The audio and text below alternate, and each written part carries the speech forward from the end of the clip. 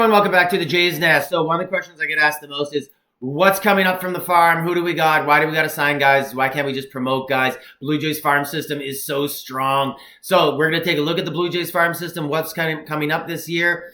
And we got to look at today's roster to be able to figure that out. So you can look here, you can see all of our roster here. These are our guys. Bo's not here, so Ernie's at second, Barger's at third, Santander in right, and Lucas in left. Obviously, I understand that when Lucas is straw, platooning, that sort of stuff. So then we look at the bench, and you only keep 26 guys in the Major League roster, 13 hitters, 13 pitchers, so 13 batters. So here we are, 9. Springer's in the middle there on the pitching mound as the DH, so that's 9 players.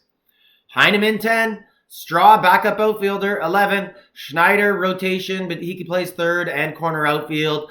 He could also play some first, so he's on the bench. And then Jimenez. Lots of people don't know who Jimenez is. He's the other Jimenez, but he's our middle infield backup player who's on a major league contract. He's on the 40-man, so he's getting paid a major league deal while he's in the minors to basically be called up in case we need him.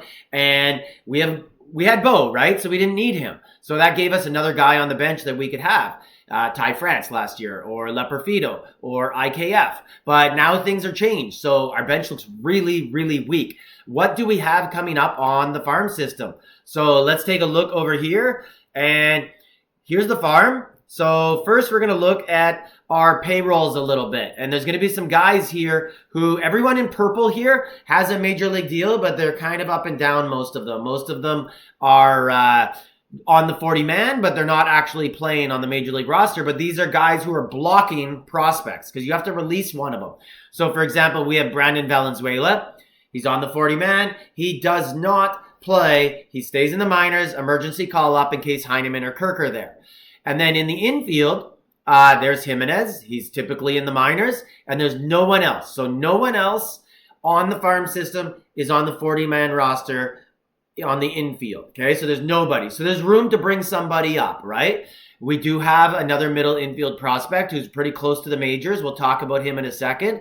In the outfield, this is where we got way too many guys under contract. So we got Joey Leperfido, who will get a long look in spring training. You could look. He had a decent season last year. 100 at-bats. He batted .333. That's pretty good, right? 32 hits and 96 at-bats. Like, who doesn't like that? If he could keep that up, that guy's on the team. But realistically, can he keep it up? I doubt it. But he's going to get a real shot. But it gets complicated when you look at that. Like, do they want to call him up and then send someone like Schneider down? So Davis Schneider, he's on his last option year. So this is the last time you can move him up and down before he has to clear waivers. To be honest, though, if he doesn't really improve, you probably don't care if someone claims him because you don't want to give that guy arbitration and start paying him $2 million a season instead of Jonathan Clace, another guy who's making minimum wage, and he's another up and down 40-man outfield guy, or Joey Leperfido, who we just talked about. That's the type of thing with Schneider where it's just like, hey, guy hasn't progressed. Sorry, see ya. It's doubtful you really turn it around with another team, but if you do, great. Like, congratulations. We liked you. We had a good time with you here. Nathan Lucas, same sort of situation. And that's pretty much it. So let's look at Jonathan Clace for a second because he's not on the prospect list because he's already been called up. He's basically emergency call up. You could see here last year he had 100 at-bats just like Lou Perfida, but he only batted .210 with it, 2 less home runs. And yeah, that's it. He does not classify as a prospect anymore. So here is our prospect list. So as you can see, number 1, already there. So there's good news and bad news on our prospect list. The good news is you know who the good guys are. They're already there. It's Savage, and I guess Barger's not really a prospect anymore. The bad news is all the good players after Trey Savage, they ain't coming up for a while. Like, if you look here at our actual player rankings, that was on time of arrival. Trey Savage, number 1.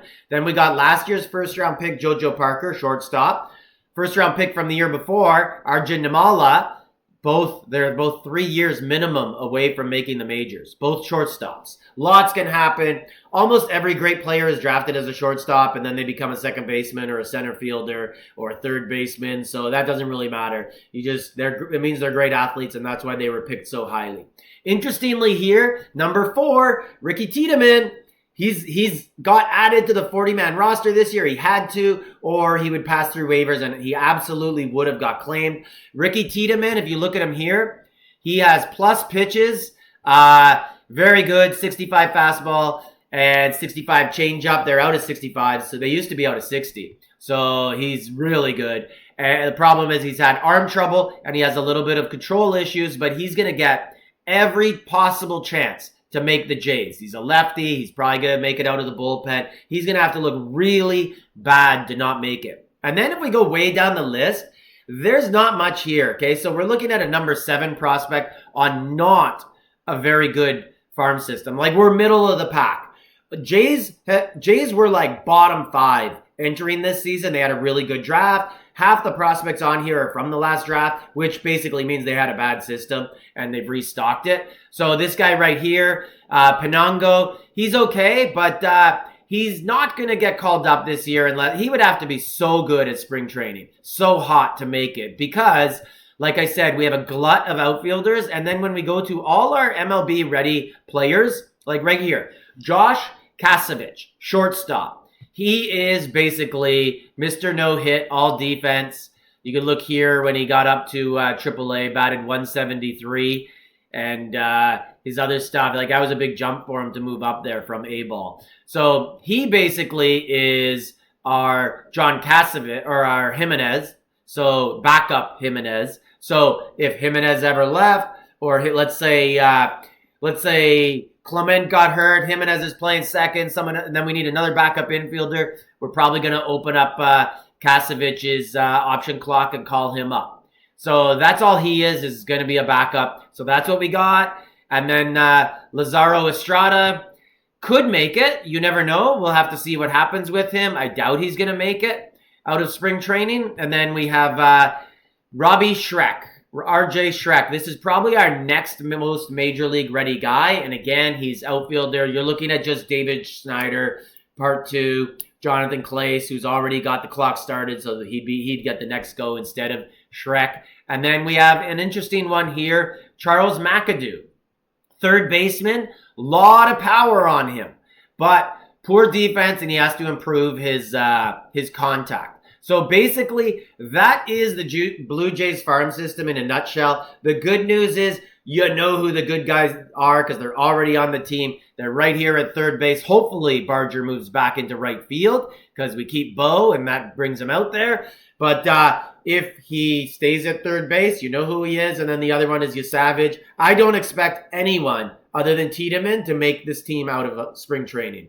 I think everybody else, the Blue Jays will hold them down, let them get their feet wet in the minors, see how the season plays out, see how injuries happen, see how trades happen, see where there's some openings.